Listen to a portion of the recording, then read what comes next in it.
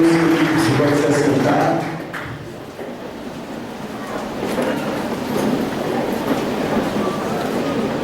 Quando você se assenta, eu queria que você prestasse atenção em dois recadinhos que eu vou te dar, amém? O primeiro deles é com relação ao nosso projeto Emanuel em Ação.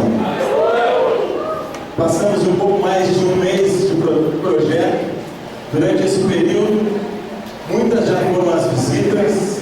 Durante esse período já nós tivemos ali 5 pessoas de estudo tocadas pelo Senhor. Durante esse período nós tivemos as casas de milagres. Inclusive uma casa de milagre foi realizada ontem. Então nessa casa de milagres tinham 11 pessoas. E no final, irmãos, toda a célula ali começou a orar em línguas. A célula que era uma célula que tinha dificuldade em orar em línguas. E ela começou a orar em línguas. E os convidados da casa de milagres começaram a orar em línguas. Eles ficaram 40 minutos orando em línguas. Esse é o nosso Deus. Nós cremos que o projeto Emanuel em Ação, ele nasceu primeiro no coração de Deus. Nesses primeiros dias, nós tivemos sim algumas dificuldades.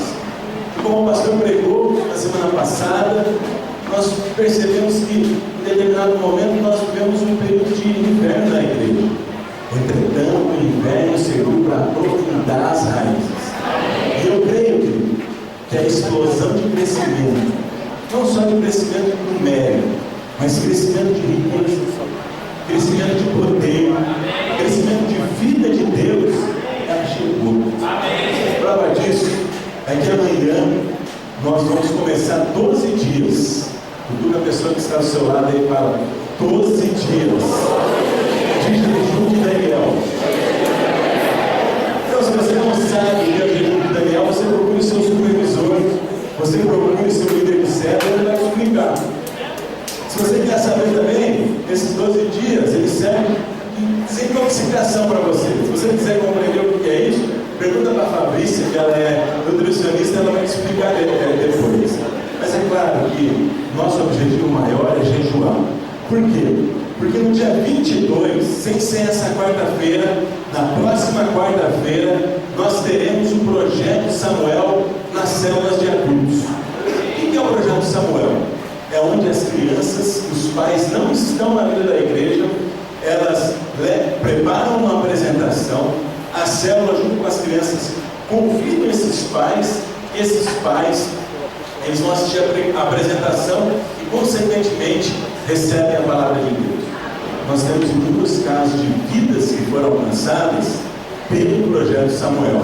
Então, o Projeto Samuel, nós já estamos aqui com o convite, ele vai ser no dia 22. Então você vai jejuar.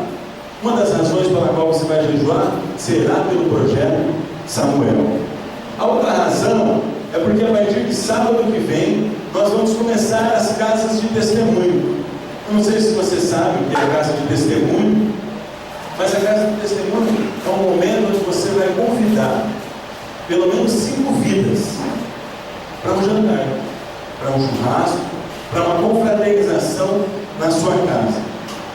E durante essa confraternização, antes de você jantar, ou você almoçar, ou você comer um churrasco, ou seja lá o que você está planejando fazer, você vai testemunhar daquilo que Deus fez por você. No caso, se você e o seu cônjuge fazem parte da vida da igreja, então vocês vão convidar quantas pessoas? 10. Precisa convidar tudo de uma vez só?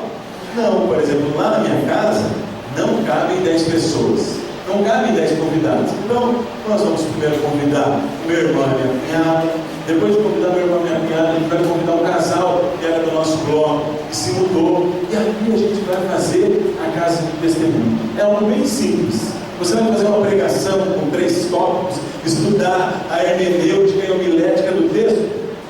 Nem sabe o que é isso, né, irmão? Não, irmão, você vai testemunhar de uma forma bem breve, em 10, 15 minutos, daquilo que Deus fez na sua casa, na sua vida. E no final, você vai orar por ela. Convidar ela para estar aqui no culto, convidar ela para estar em uma das nossas células. E nós cremos que muitas vidas vão ser alcançadas por meio da casa de testemunho. Você crê, irmão?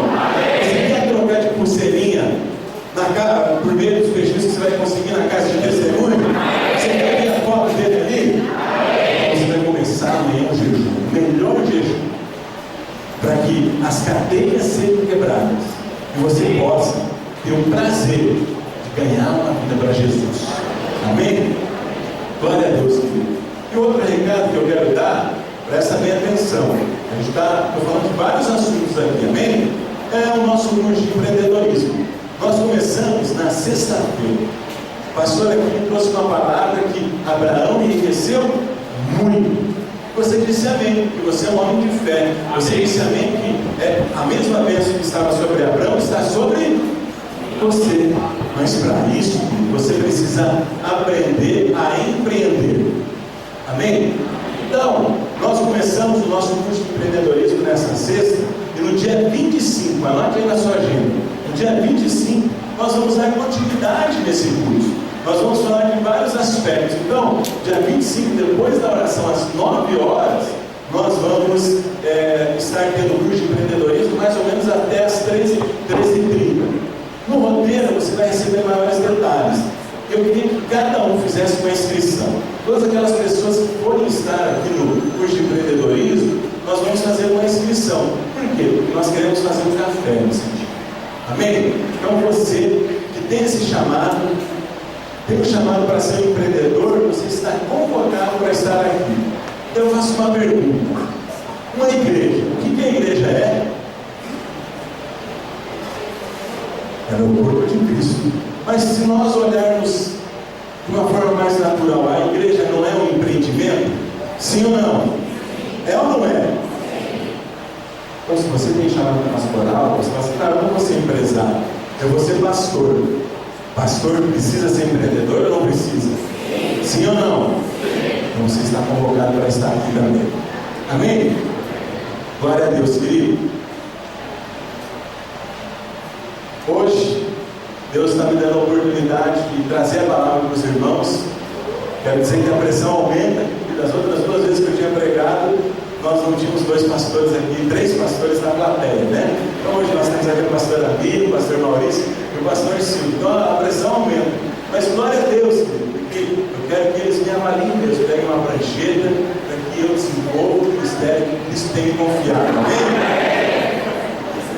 E Deus nesses dias, Ele tem falado comigo a respeito de nós sermos dirigidos pelo Espírito. Isso começou há algum tempo atrás. Nós, no corpo pastoral, estávamos com algumas dificuldades pessoais, com alguns conflitos no casamento. Aí você pergunta, mas os obreiros, os pastores também têm dificuldades e conflitos no casamento? Tem também, irmão. E quando a gente estava fazendo o nosso discipulado ali em grupo, na terça-feira à tarde, a gente constatou que todos nós, de uma maneira ou de outra, estávamos passando pelas mesmas dificuldades. Alguns de uma forma mais profunda, outros de uma forma mais superficial. E o pastor, ele sentiu no coração o desejo de trazer uma palavra. Por quê? Porque geralmente, quando nós nos encontramos com o casal está passando por alguma dificuldade, qual que é a tendência? A tendência é nós encontrarmos um monte de forma, darmos um monte de dica para que o casamento melhore. Não é essa a tendência? A gente pode até dar dicas de acordo com a palavra de Deus, dar os versículos ali, para que as pessoas tenham um bom casamento. Mas, naquela terça-feira, a gente constatou, não adianta nada nós termos um monte de fórmula, um monte de versículo de cor, fazer um monte de seminário, etc. Se algo dentro de nós não mudar. Naquele dia, o pastor trouxe uma palavra, não sobre casamento, mas ele trouxe uma palavra para que nós possamos andar no Espírito. Porque quando nós andamos no Espírito, todas essas dificuldades, elas caem por terra. E foi isso que Deus falou comigo nesses dias. E é sobre isso que eu queria compartilhar com você nessa noite. Para isso, eu queria que você abrisse a sua Bíblia, lá em 1 Samuel, no capítulo 6. 1 Samuel, capítulo 6. Antes de ler, de nós lermos esse texto, eu queria te explicar um contexto. Queria te explicar um pouco o que aconteceu no capítulo 5 de 1 Samuel. No capítulo 5, o povo de Israel, eles estavam em guerra contra os filisteus. E eles estavam perdendo a guerra. Até que uma pessoa lá teve uma brilhante ideia: vamos levar a arca de Deus para o meio da batalha. E foi isso que eles fizeram. E o que aconteceu? Não adiantou nada. Eles tomaram um pau. Eles foram massacrados. E a arca foi roubada. Imagine, olha a desgraça. Além deles perderem a guerra, eles perderam a arca, que simbolizava a presença de Deus no meio do povo. Isso daí acontece às vezes no dia de hoje. Alguns irmãos, eles querem fazer algumas mandingas gospel. Eles querem lá deixar a Bíblia aberta. Eles acham porque se eles fizerem uma campanha, algumas coisas vão melhorar. Jejum, campanha de jejum e oração resolve. Jejum e oração é batalha espiritual. Nós não jejuamos e oramos com uma mandinga. Nós não vamos começar amanhã 12 dias de jejum de Daniel, simplesmente pensando que levar uma arca para o meio da guerra. Não, nós fomos impulsionados pelo Espírito para fazer isso. Coisa que não aconteceu lá com o povo de Israel. Eles foram para o meio da guerra e levaram a arca para o meio da guerra e perderam. E vamos ler ali o que diz em 1 Samuel, a partir de 1 Samuel 6, a partir do verso 1. Quando já fazia 7 meses que a arca do Senhor estava em território filisteu, os filisteus chamaram os sacerdotes e adivinhos e disseram: o que faremos com a arca do Senhor? Diga-nos, com o que devemos mandá-la de volta ao seu lugar? Eles responderam: se vocês devolverem a arca de Deus de Israel, não mandem de volta a sua arca, mas enviem também uma oferta pela culpa.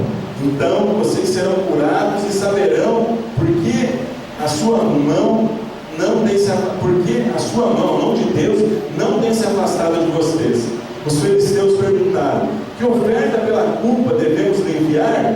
Eles responderam: 5 tumores de ouro e 5 tumores de rato. Não, 5 tumores de ouro e 5 ratos de ouro, de acordo com o número de governantes filisteus. Porquanto a mesma praga atingiu vocês e todos os seus governantes. Faço imagens dos tumores e dos ratos, que estão assolando o país, e deem glória ao Deus de Israel. Toda vez, talvez Ele alivie a sua mão de sobre vocês, e seus deuses e sua terra. Por que ter o coração obstinado como os egípcios e o faraó? Somente quando esse Deus os tratou severamente, eles deixaram os israelitas seguir o seu caminho.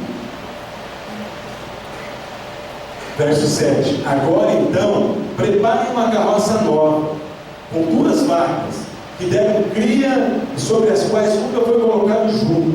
Amarrem-nas à carroça, mas afastem-se delas os seus bezerros, e ponham no curral.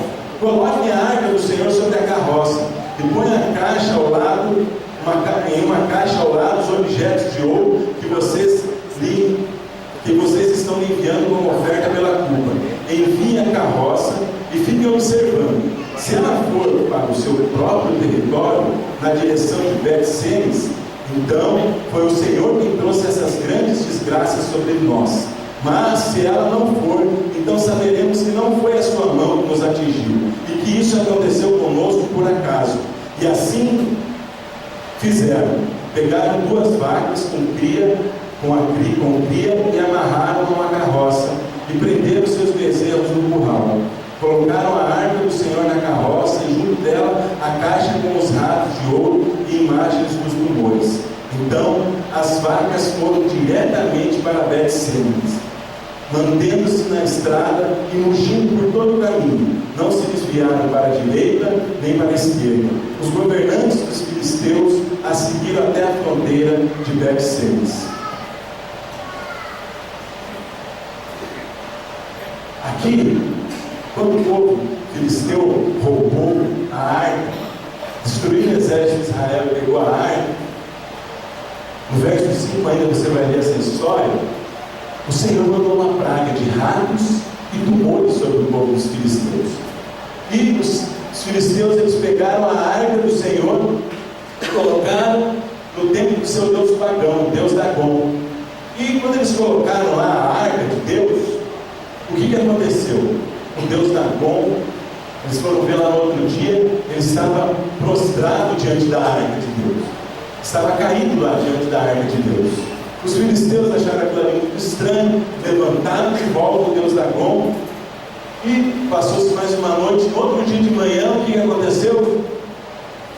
Estava lá novamente, mas dessa vez eles estavam com as mãos, o Deus lá, a imagem do Deus deles estava com os braços e as pernas quebradas, prostrado diante da arca de Deus. Se nós fizermos uma analogia, o que isso significa? Significa que Deus, quando entra com a presença do Dagon, representa o diabo, e a arca de Deus representa Jesus, representa Deus no meio do povo. Significa quando o povo de Deus, quando uma pessoa se entrega a Jesus, toda a obra do diabo ela é quebrada. Por isso que os braços ali foram quebrados. Prova disso está lá em 2 Coríntios 5,17, que diz assim: assim que se alguém está em Cristo, nova criatura é. As coisas velhas já passaram, e eis que tudo se fez novo. Mas o que isso tem a ver em ser dirigido pelo Espírito? Você já vai entender, querido. Que lá em Romanos, lá em Gálatas, quando Deus estava falando comigo, Gálatas 5,25, a palavra de Deus fala assim: nós vivemos no Espírito, nós também devemos andar no Espírito. Quando você se encontrou com Jesus, Jesus que é a água da vida, pegou uma gotinha dessa água, colocou no teu Espírito, e o teu Espírito renasceu. Você é feito de corpo, alma e Espírito. Mas antes de você se encontrar com Cristo, o seu Espírito estava morto. E agora que você se entregou ao Senhor Jesus, agora que você confessou o Senhor com sua boca e reconheceu Ele como seu Senhor e Salvador, o Espírito de Deus, Ele veio morar dentro de você. E essa é uma revelação que Deus tem falado muito comigo nesses últimos dias. Porque nós falamos muitas vezes da boca para fora que o Espírito de Deus, Ele habita dentro de nós. Mas, como diz Gálatas 5,25, se nós vivemos pelo Espírito, nós andamos também pelo Espírito.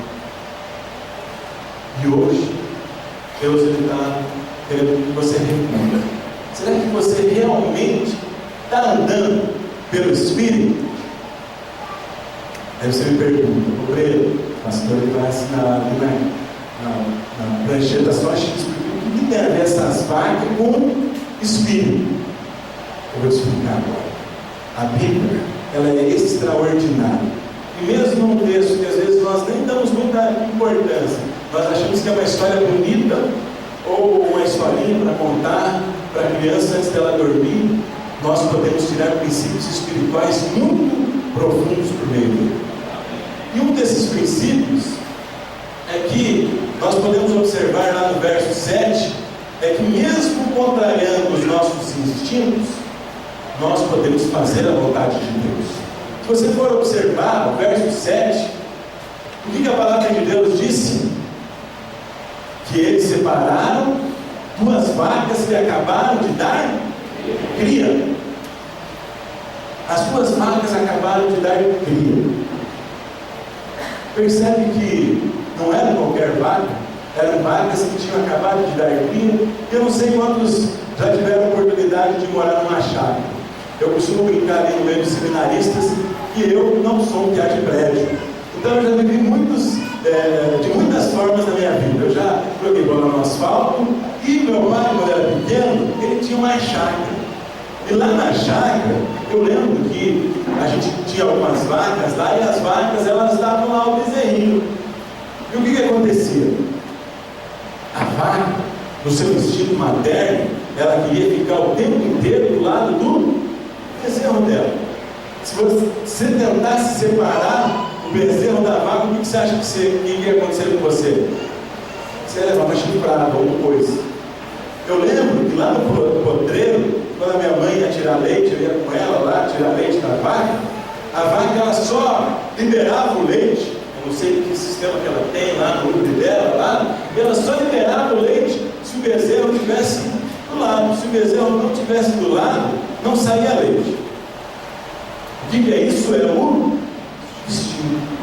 E o que os filisteus fizeram?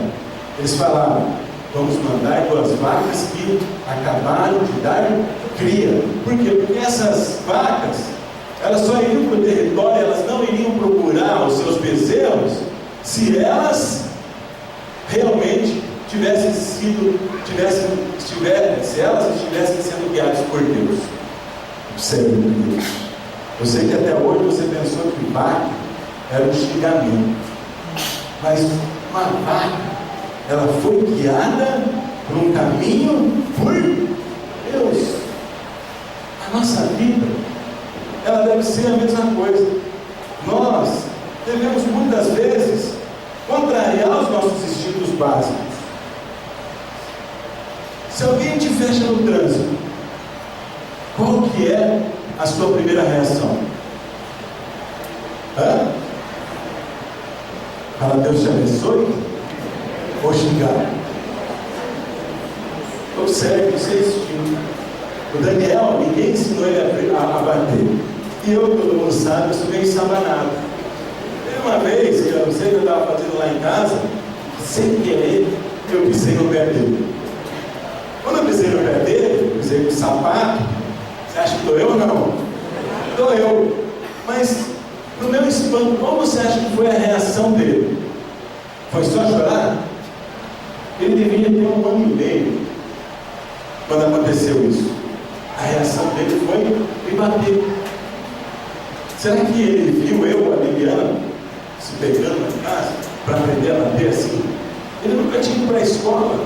Com quem ele aprendeu? Você acha com quem ele aprendeu a bater? Com ninguém. Isso é um instinto. Observa que quando nós nos entregamos e o Espírito nos governa, nós não somos mais guiados pelo nosso instinto. E foi isso que os filisteus fizeram. Os filisteus, que representam o mundo, eles falaram: se as vacas forem procurar os bezerros, isso significa que isso foi um acaso. Mas se elas seguirem ao caminho, significa que realmente Deus está nesse negócio. O mundo representa os filisteus. Os filisteus, eles precisam reconhecer lá no seu trabalho que você não faz mais parte dessa estatística. Que quando você fecha, quando você é fechado no trânsito, faz xinga. Lá no Positivo, quando eu trabalhava lá, os meus amigos de trabalho, eles reconheciam isso em mim. Os meus amigos de trabalho, eles estavam lá no cafezinho, tomando um café, e eles estavam falando de mulher. E se a gente for falar bem na verdade aqui, todo homem que é ímpio, ele tem esse instinto animal, ele quer ter várias mulheres. Isso aí está no instinto do homem, mas vai contra a vontade de Deus. E lá era assim, tinha um monte de ímpio. E daí quando eu chegava no café, todo mundo estava disfarçado, falava, ficar o tempo, olhava lá para fora. Por que você acha que eles faziam isso? Porque eles reconheciam que eu já não era mais guiado por esse instinto. Será que nesses dias o mundo tem reconhecido que você não anda mais por esse instinto? Observe, às vezes pode ser até algumas vezes, pode ser algo justo. Se você for enganado, se você recebeu o troco errado, você tem o direito ou não de ir lá e reclamar, e a pessoa fala: não, você devolveu o dinheiro errado. Se você não conferiu, o problema é teu. Você tem o direito ou não de ir lá e reivindicar? Tem ou não? Como que o mundo reivindica? Fazendo um barraco, não é assim? Se você conta para um outro amigo seu, se os amigos do mundo lá estão conversando, e um conta para o outro: fui lá naquele lugar, o cara me deu o troco errado, então ele era mentiroso ainda. O que acontece com o outro cara? Você compartilhou com ele? Pô, qual que é? Vamos lá então ver com esse cara, tá? Porque o cara te passou para trás e fala que você é um mentiroso. Não é assim? É assim ou não é no mundo? Sim ou não? Sim. Mas com Deus, quando nós vivemos pelo Espírito, essa lógica, ela não mais prevalece. Porque agora nós andamos no Espírito.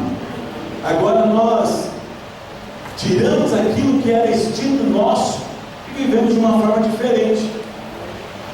Foi o que aconteceu nessas vacas. Observe comigo. Uma vaca, ela pode ser tocada por Deus e ir contra os instintos dela. Você acha que você pode ou não pode viver da mesma maneira? Sim ou não? Sim. Mas nós podemos perceber um segundo princípio aqui, que mesmo sem conhecer o caminho, não erramos ou saímos fora dele. Eu já vi, se você for lá ver o verso 7 de volta, o que aconteceu ali? Essas vacas, elas nunca foi colocado jugo sobre elas, ou seja, elas nunca andaram por caminho nenhum. Então os filisteus, o que eles pensaram? Bom, se nós colocarmos, vamos colocar uma vaca que nunca foi colocada no jugo, porque ela pode estar viciada no caminho e andar por aquele caminho simplesmente porque ela já conhece. O que aconteceu com essas vacas aqui? Elas não conheciam o caminho. Na nossa vida com Deus é a mesma coisa, querido. Todos nós, no fundo, sabemos o caminho. No fundo, se nós nos voltamos para o Espírito, nós sabemos o que é certo e o que é errado.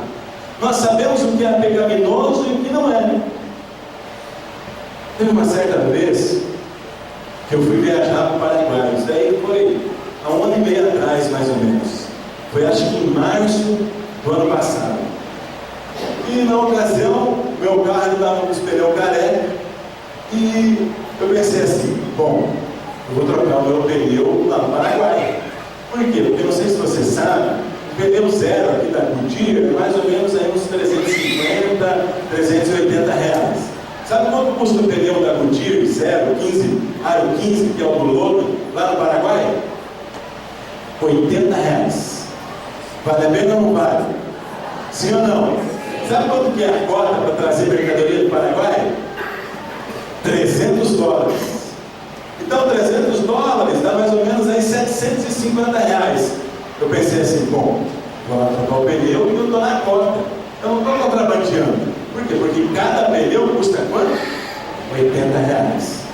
Mas lá no Paraguai, no Brasil, na fronteira, tem uma lei. Você não pode trazer 4 coisas. A primeira delas é a arma.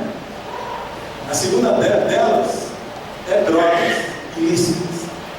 A terceira é cigarro. Eu vou para o Paraguai, nem penso em trazer nenhuma dessas coisas. E como você acha que é a quarta? É pneu. E eu pensei assim, fiquei num conflito mais ou menos um mês. Vai com esse pneu. Eu falei, mas não pode trazer pneu. Eu compartilhei isso com a minha esposa. E a minha esposa falou assim, mas se eles te prendem com o pneu, não vão prender, não prendem. Ela trocar o pneu é muito barato. Daí vinha aquela voz assim, vai trocar o pneu. Você quer ser obreiro ou não quer? Você fala que me segue ou não me segue? Mas daí depois vem aquela outra voz. Não, mas também aqui para cima é tudo muito injusto. É inacreditável. Um pneu aqui custa 380 reais e lá no Paraguai é 80. O governo ele é corrupto. É para roubar, é ficar dando imposto para governo ladrão. Eu vou comprar lá no Paraguai. Daí eu acordava muito de mim.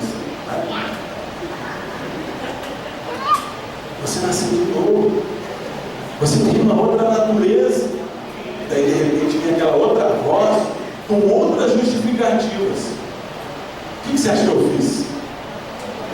Eu fui na Goodyear aqui e parcelei 10 vezes o pneu. Você sabe por quê? Porque se nós queremos realmente ser guiados pelo Espírito, nós devemos ouvir a voz dele. E eu tenho certeza que tudo aquilo que você faz, várias coisas daquilo que você faz, o Espírito Santo te fala. Mas sabe qual que é o problema? O problema é que nós sempre queremos contra-argumentar. O problema é que nós sempre queremos dar a nossa justificativa. E daí a voz doce, o Espírito Santo, que habita dentro de nós. Irmãos, não tem graça maior do que essa. O Espírito, ele vai te guiar por todos os caminhos. É isso que diz lá em Isaías 30, no verso 21. A Bíblia diz assim: os teus ouvidos ouvirão a palavra do que está por detrás de ti. Quem está? Não de trás, mas está dentro de mim. O Espírito Santo de Deus, dizendo: este é o caminho, andai nele, sem vos desviardes nem para a direita, nem para a esquerda. O Espírito Santo de Deus, ele vai nos dar todos os caminhos. O problema é que nós sempre ficamos nesse conflito interno. Sempre escutamos a voz do Espírito, mas vem aquela segunda voz. E às vezes você fala assim: eu vou sair da igreja. Quantas pessoas eu já ouvi falar assim: eu vou sair da igreja, eu não aguento mais, tem muita pressão, e barará, e biriri. Mas, no fundo, eles estão tentando arrumar 1001 argumentos para contrariar aquilo que o Espírito já falou com elas. E assim é, querido, em todos os momentos da sua vida. Isaías 35, verso 8 diz assim: e ali haverá uma estrada, um caminho. Quem é o caminho? Jesus. Quem é o caminho? Jesus. Se chamará o caminho santo.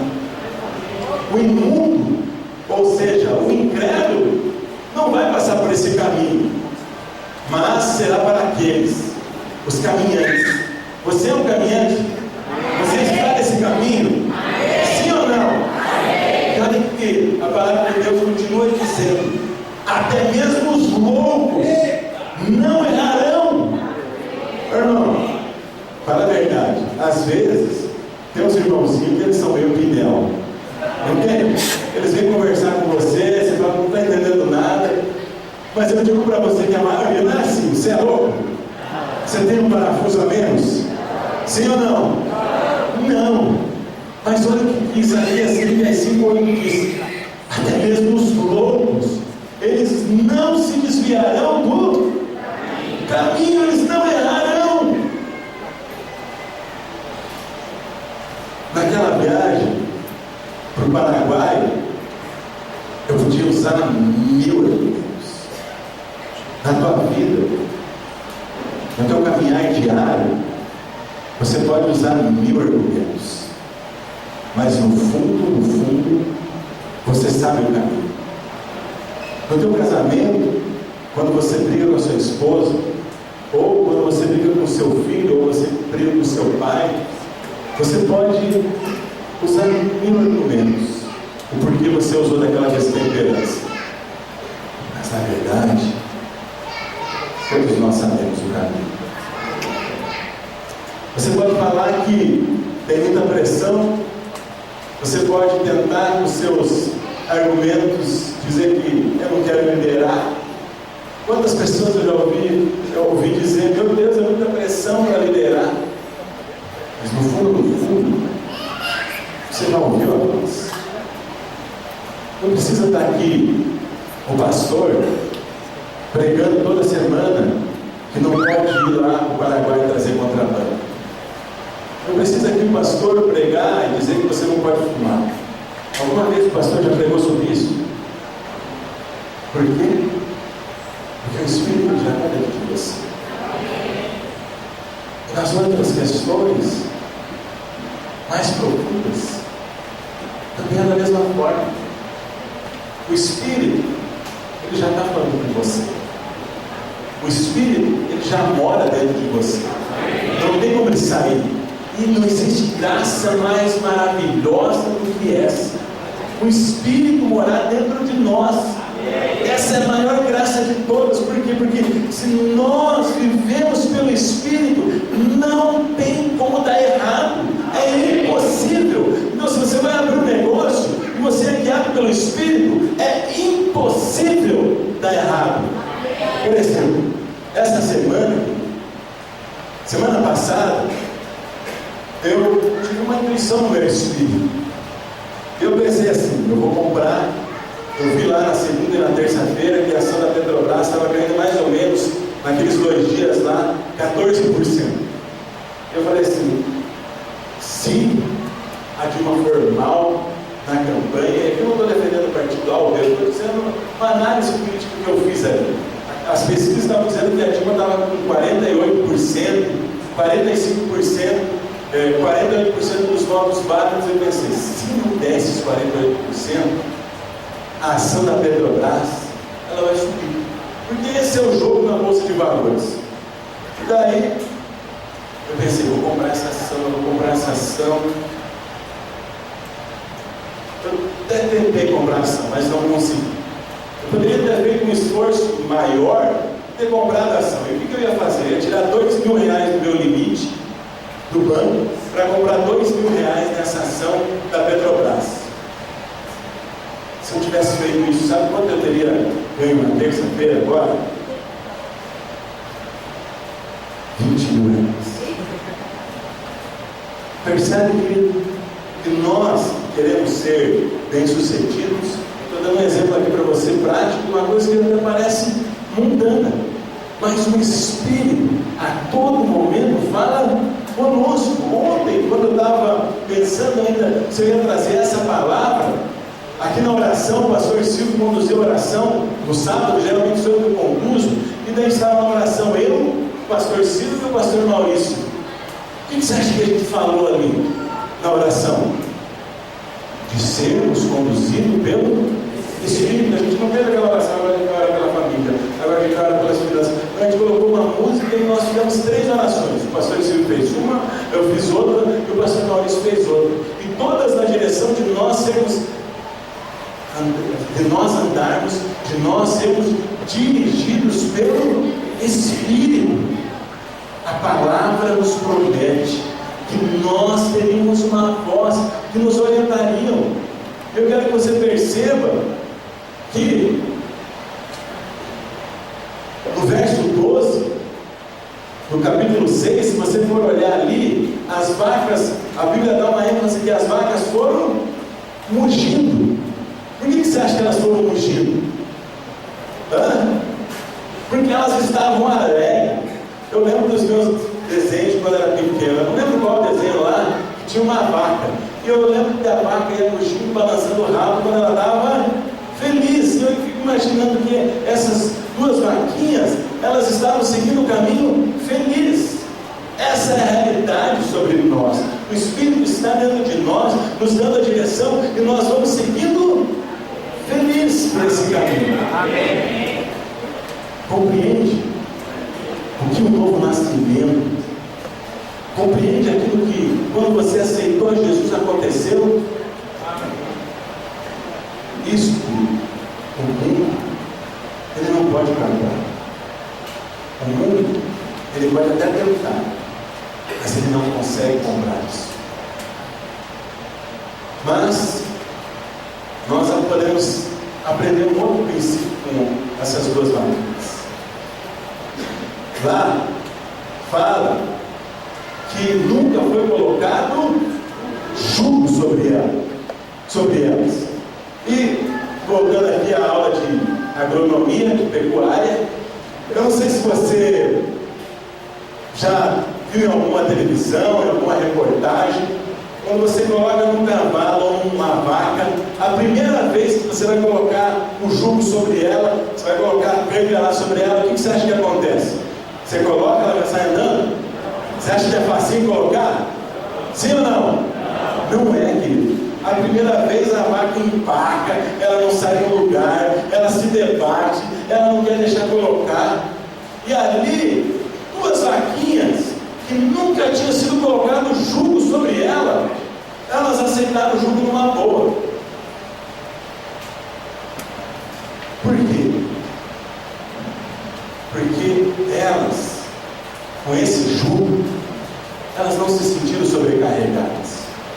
E esse é o jugo que Jesus colocou sobre nós.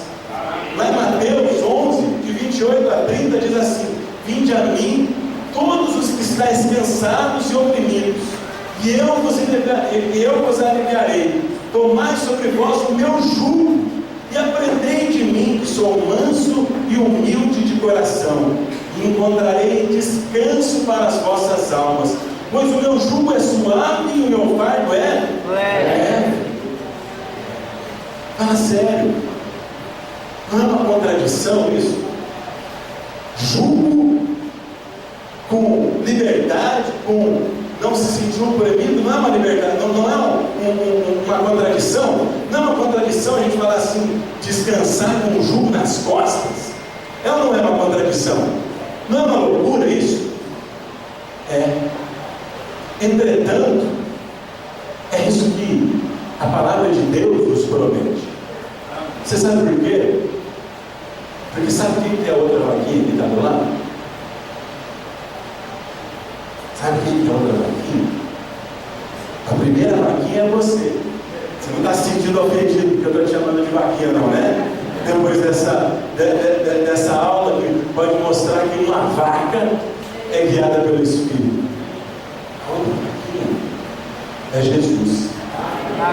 E é ela que carrega o peso para você.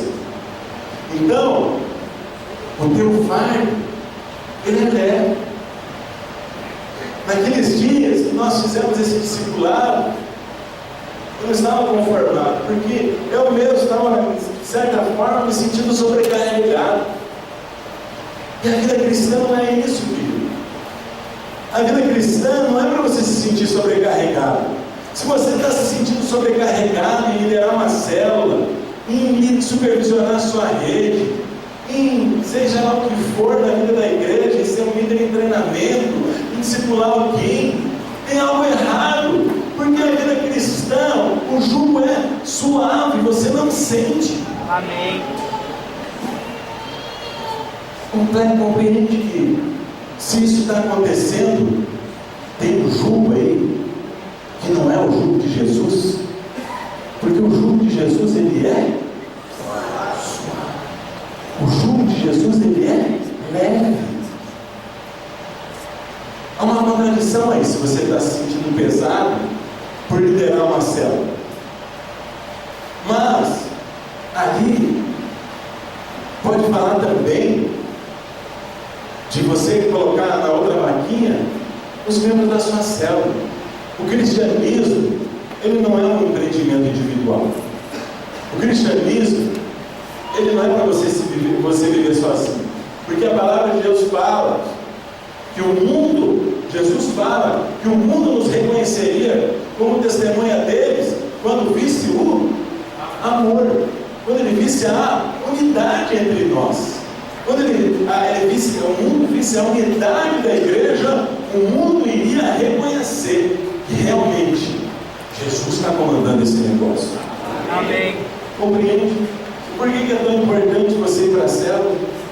Às vezes, você vai para a célula com a expectativa de que, ai meu Deus, mais uma quarta-feira vai ter jogo do Corinthians, ou jogo do Palmeiras, ou jogo do Flamengo, e agora vai estar lá na célula. Às vezes você vai, meu Deus, hoje é um dia de trabalho e agora tem que ir para a célula. O cristianismo não é para ser vivido sozinho. Quantas vezes eu fui com a alma abatida para a minha célula quando eu era líder de célula? E quando eu voltava com uma vaquinha mugida, feliz da vida. A minha célula tinha lá 5 pessoas. Não eram as pessoas mais espirituais do mundo, com dom de profecias, que faziam milagres, que faziam o sol parar e que faziam o mar vermelho abrir. Não, eram pessoas comuns, que tinham até mais dificuldades do que eu. Mas Cristo ali se manifestava. A vontade de Deus ali se manifestava. E eu percebia como o jugo é suave. Porque eu entrava às vezes meio pesado, eu saía leve como uma pluma, parecia que ia voar. Porque o jugo de Jesus, ele é leve. Se você está levando a sua vida cristã de uma forma pesada, é porque algo está errado. E hoje, Deus está trazendo essa revelação para você juntar isso para longe. Se você não está conseguindo ouvir a voz do Espírito, é porque algo está errado. Às vezes você está fazendo tudo no piloto automático. Às vezes você está deixando a sua alma gritar aí dentro de você, e você encontra 1 milhão de argumentos, porque meu líder é aquilo, por isso eu não vou mais para a célula, porque eu não gosto do meu supervisor, por isso eu não vou mais para essa rede, porque o pastor é muito duro, por isso eu não vou mais na igreja, porque eu sei o que lá, porque eu sei o que lá. Você encontra 1 milhão de desculpas para fazer aquilo que o Espírito ele já está falando com você faz tempo. Eu não preciso reafirmar isso para você. Você já sabe. Porque assim como eu escuto essa voz, você também escuta. Então, a partir daquele dia que o pastor ministrou sobre nós, eu estava vivendo isso. Sabe? Às vezes a correria do meu dia a dia, elas não me deixam eu voltar para dentro de mim. A minha correria, às vezes, as minhas tarefas, elas como desculpa, elas não me deixam, elas não deixam eu me voltar para dentro de mim, para ouvir a voz do Espírito. Quando eu faço isso, sabe o que acontece? Eu só estou cabeçado. Mas ontem, de manhã, o pastor Silvio estava orando, e ele falou que quando ele era jovem, ele tirava uma tarde inteira para buscar o Senhor, para ouvir a voz do Espírito Santo. Eu também lembrei disso. Eu lembrava assim que eu ia para o meu quarto, eu colocava, vamos ver quem adivinha qual música que eu colocava. Eu colocava as músicas do Cirilo e ficava ali a tarde inteira chorando. Pois é, irmãos, acho que poucas pessoas viveram chorando, mas eu choro. Hoje de tarde, quando eu estava ministrando essa palavra, eu estava ouvindo algumas músicas. A maioria delas não foi no Cirilo, não foi no Cirilo, dessa vez.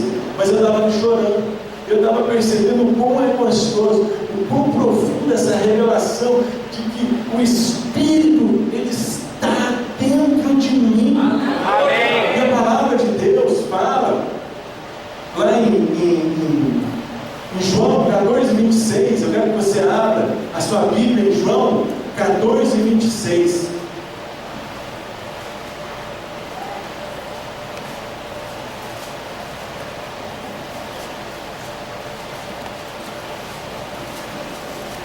João 14, 26 diz assim: mas aquele Consolador, o Espírito Santo, que o Pai enviará em meu nome, esse vos ensinará todas as coisas e vos fará lembrar de tudo quanto vos tenho dito.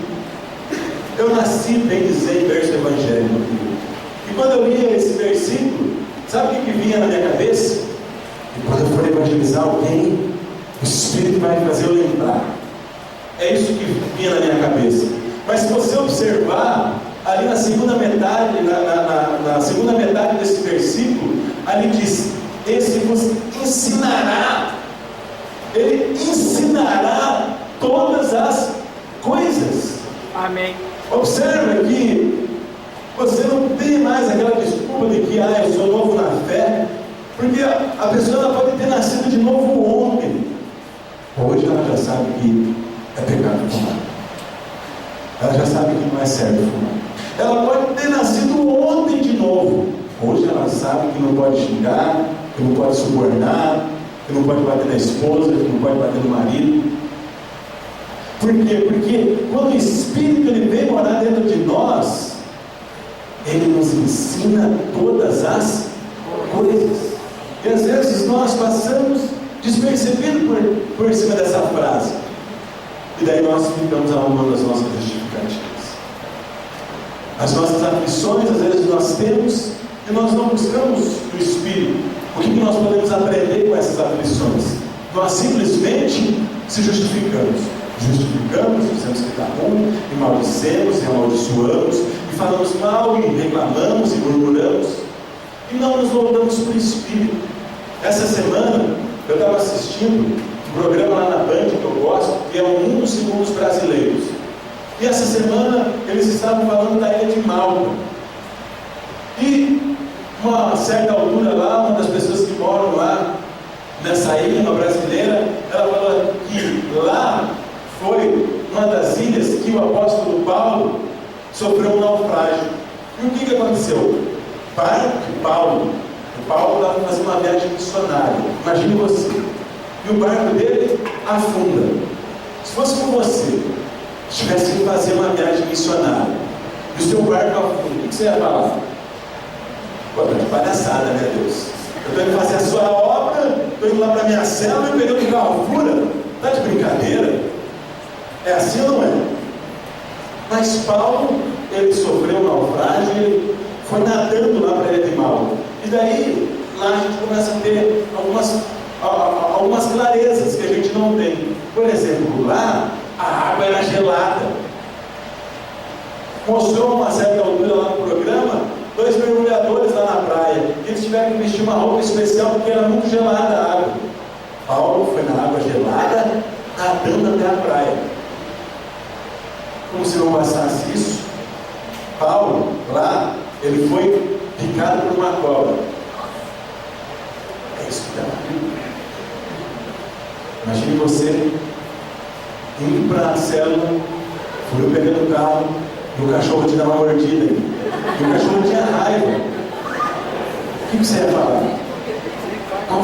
Qual que ia ser a tua postura? Não quero mais liderar. Não aguento mais isso. Chega com essa palhaçada. É muita pressão. É muita coisa na minha cabeça. Mas Paulo, quando era dirigido pelo Espírito, ele usou de tudo isso para evangelizar ele. Porque ele foi picado pela cobra. Veja, uma pessoa que era ímpia, mas conhece a história. E todo o povo, ele acabou se convertendo porque não aconteceu nada. O veneno da cobra não entrou no apóstolo Paulo. Amém. Se Paulo fosse carnal, ele ia ficar dizendo, por quê, Deus? Por que afundou? Por quê? Mas como ele é espiritual, aquilo que aparentemente era uma tragédia, virou o quê? Uma grande bênção. Porque o Paulo foi testemunho ali para várias pessoas. Às vezes, Deus, Ele coloca alguns obstáculos na sua vida, para que você viva no Espírito. E você vivendo no Espírito, você possa experimentar como Paulo. Aquilo que era uma grande maldição se torna uma grande bênção. Amém. Como é bom nós fazermos a vontade de Deus, não é? Quando a paternidade, querido, ensina muitas coisas para nós. E quando eu peço alguma coisa para o Daniel, eu falo, filho, vai lá e pega o meu celular e traz aqui para o pai. Ele pega, você acha que ele vai triste ou ele vai contente? Ele vai todo contente. Ele entrega o celular, me dá um abraço, um beijo e fala, eu te amo, pai. Todo feliz porque ajudou o pai. E assim é conosco também. Eu lembro as pessoas que eu convidei para o encontro. Eu convidei 3 pessoas até hoje para o encontro. 2 delas não permaneceram. Uma delas ficou. E sabe, quando eu mandava essas pessoas para o encontro, eu lembro que como eu ficava feliz. Eu não ia às vezes trabalhar no encontro. Uma dessas pessoas que não foi trabalhar no encontro, eu ficava perguntando como que foi. E ela aceitou, e ela fez. E o que aconteceu lá? Porque eu estava feliz. Quando o Guilherme, quando a pessoa que ficou foi o Guilherme. Posso não ter trazido muita gente, né? Que eu trouxe, foi bom, não foi não? Então, uma das pessoas foi o Guilherme. Como eu fiquei feliz por eu ser instrumento de Deus na vida do Guilherme. Amém. Eu não tive satisfação maior que essa. Observe que nós não queremos que simplesmente você troque a tua pulseirinha de branco para verde. Nós queremos que você sinta essa alegria. Amém. Não tem nada melhor, não tem satisfação melhor de você converter alguém, de você levar alguém para Cristo. Você fala, Jesus, está aqui essa pessoa, e você dá um abraço, e um beijo no rosto de Jesus, porque você está feliz. Mas para isso, nós temos que ser guiados pelo Espírito. Para isso, nós temos que aprender com essas vaquinhas. Nós temos que ser deixados levar pelo Espírito e perceber que tudo aquilo que acontece, às vezes não, tudo aquilo que acontece no nosso dia a dia, todas aquelas coisas que às vezes nós achamos normal, que nós achamos que foi azar, que achamos que foi maldição, que nós amarramos o capeta, que furou o pneu, está amarrado, o diabo está se levantando. Às vezes pode ser uma oportunidade de você evangelizar um borracheiro. Mas para que nós tenhamos essa percepção, e nós possamos gerar, e nós possamos desfrutar desse jugo suave, e nós possamos desfrutar disso que realmente nos faz felizes, como aquelas vaquinhas que foram ungidos, alegres pelo caminho, é necessário que nós nos voltemos para o Espírito. Não tem mais desculpa. Jovem, quantos jovens que saem da igreja, porque é da igreja que não pode namorar, esse negócio de corte, eu não concordo com isso. Você já perguntou para o Espírito Santo de Deus? Você que é jovem, pergunta, no final aqui quando tocaram alguns acordes, pergunta para o Espírito Santo. Eu tenho certeza qual é a resposta dele. Mas sabe qual que é o problema? O problema é que a nossa alma vem daí com aquela voz. Não, todo mundo faz. Porque isso é desse jeito mesmo. Por que tem demais? Isso daí não tem nada a ver. Eu não vou me prostituir, só vou beijar na boca. Encontra um monte de desculpa. Deus te trouxe nessa noite, nesse lugar, para que você tenha uma nova perspectiva. Amém. O que é andar no Espírito Santo? Amém. Porque a palavra de Deus fala lá em Gálatas 5:22. Gálatas 5:22 diz assim, não está passando o PPT, mas eu vou ler aqui para você. Mas o fruto do Espírito é amor, gozo, paz, longanimidade, benignidade, bondade, fé, mansidão, temperança. Contra essas coisas, não existe coisa alguma. Mas as obras da carne, elas também são manifestas nos versículos anteriores, que é fornicação, adultério, idolatria. Você hoje teve a coragem de agradecer. Hoje eu estava almoçando na minha mãe, eu falei para ela, agradeça a Deus, porque meio-dia a gente escutou um monte de foguete. Para que eram esses foguetes? Para comemorar lá a senhora deles. E a minha mãe vivia nessa idolatria.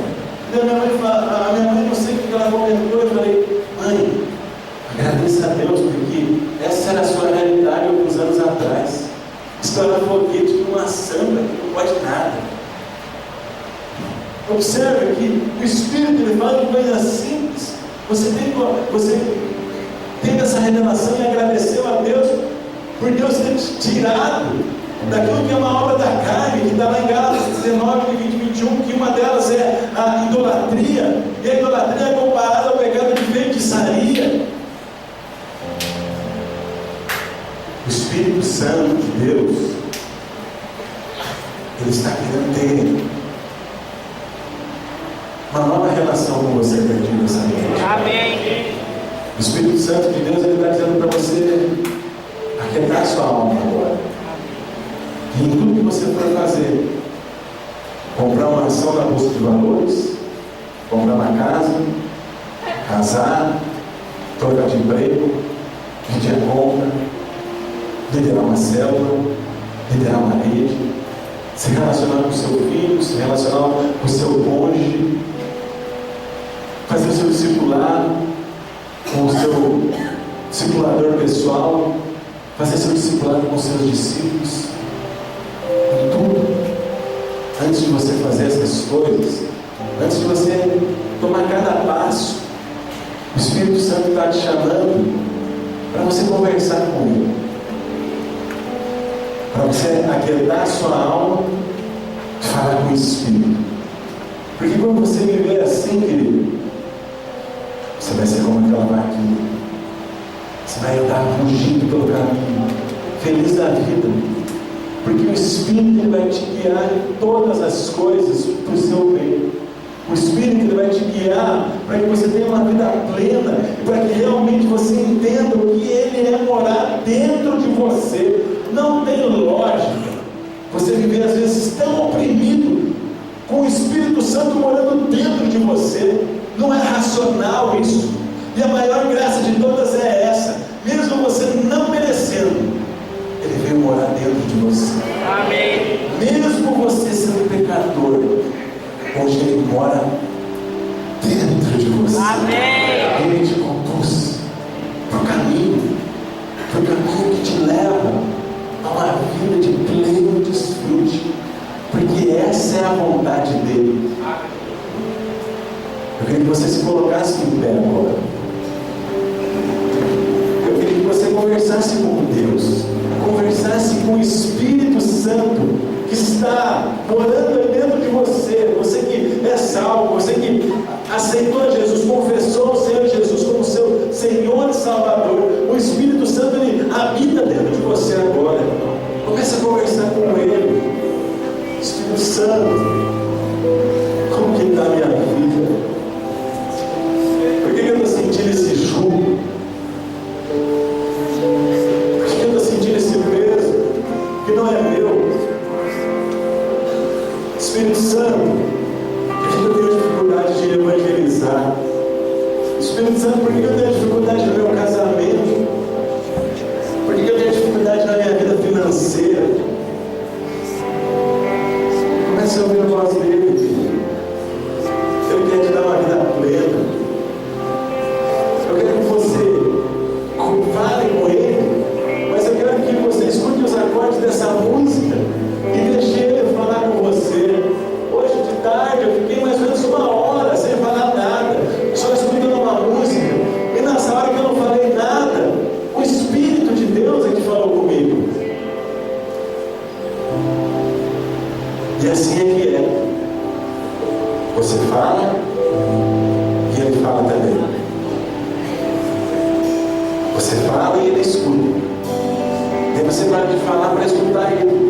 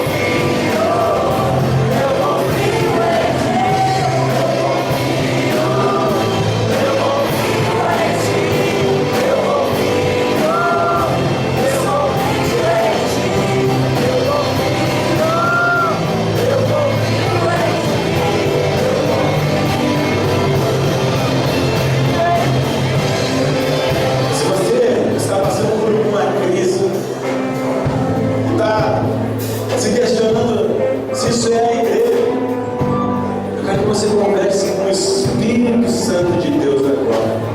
Que você coloque a sua alma no seu lugar. Que você converse somente com o Espírito Santo. Amém. Eu tenho certeza que Ele vai te revelar grandes coisas nessa noite. Amém. Então, você que é da igreja, continue nessa oração. Continue falando em línguas. Se você está vivendo essa crise, converse com o Espírito Santo que está aí dentro de você.